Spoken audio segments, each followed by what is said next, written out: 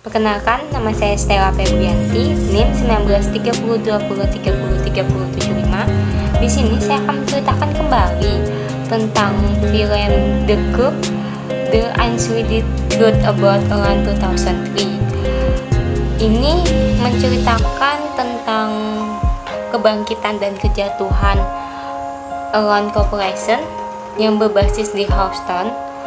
Film ini menawarkan perspektif Cooper yang diperankan oleh Christian Kane, digambarkan sebagai seorang salesman brilian tapi mempunyai sifat yang naif dan budaya perusahaan yang loyal yang ditunjukkan melalui adegan pesta kantor yang ekstrim, pengeluaran yang berlebihan, dan ketika perusahaan mau tidak mau jatuh pada tahun 2001, film tersebut menunjukkan bagaimana pemegang saham dan karyawan paling menderita.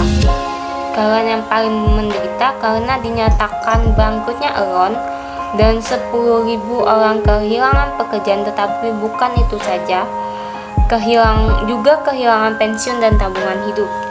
Di sini saya juga akan menjelaskan tentang karakter-karakter pihak terkait di kasus Around, yaitu yang pertama Kenneth Ray, pendiri, direktur utama, dan CEO. Pendiri Around adalah orang yang cerdas, tenang, dan percaya diri sehingga bisa membangun Around. Yang kedua, Brian Cooper. Dia seorang mantan karyawan Around yang memiliki semangat kerja keras, peduli, cerdas, dan teliti. Yang ketiga yaitu Jeffrey Spring, seorang mantan CEO. Dia berhasil membuat Around menjadi perusahaan gas yang sangat besar dan ekspansif karena ambisinya dan desakannya mengesampingkan, maka akhirnya membuat kebangkrutan terhadap Around.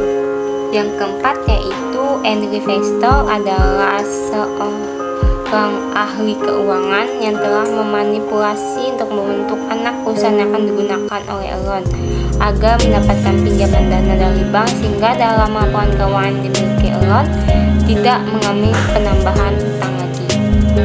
Yang kelima yaitu Sharon Watkins, adalah Around Vice President dan seorang angkutan profesional yang kompeten dan telah bekerja di KAP Anderson selama bertahun-tahun sebelum bergabung di perusahaan Around.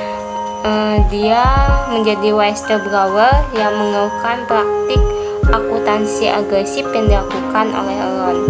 Yang terakhir yaitu peran KAP Anderson dalam skandal Around, antara lain sebagai external auditor Around, sebagai konsultasi akuntansi dan manajemen berkaitan dengan pengakuan special purpose entity, sebagai internal auditor, sebagai konsultan perpajakan, dan sebagai penasehat dari pengungkapan masalah keuangan Around.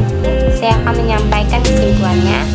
Around dan KAP Arthur Andersen sudah melanggar kode etik yang seharusnya menjadi pedoman dalam melaksanakan tugasnya, yang menyebabkan kebangkrutan. Keduanya bekerja sama dalam memanipulasi laporan keuangan sehingga merugikan berbagai pihak, baik pihak internal maupun eksternal. Sedangkan Arthur Andersen melakukan kerjasama dalam memanipulasi laporan keuangan Around.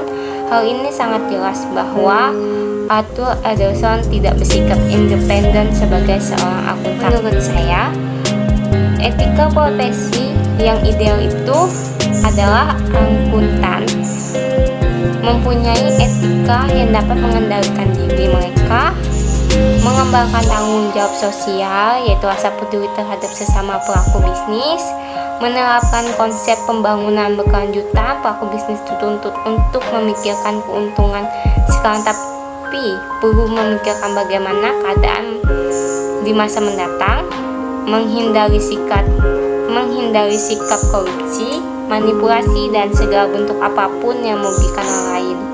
Buku yang saya gunakan yaitu buku Auditing, penulis Sukrisno Agus, buku 1 edisi 5 penerbit Salemba 4.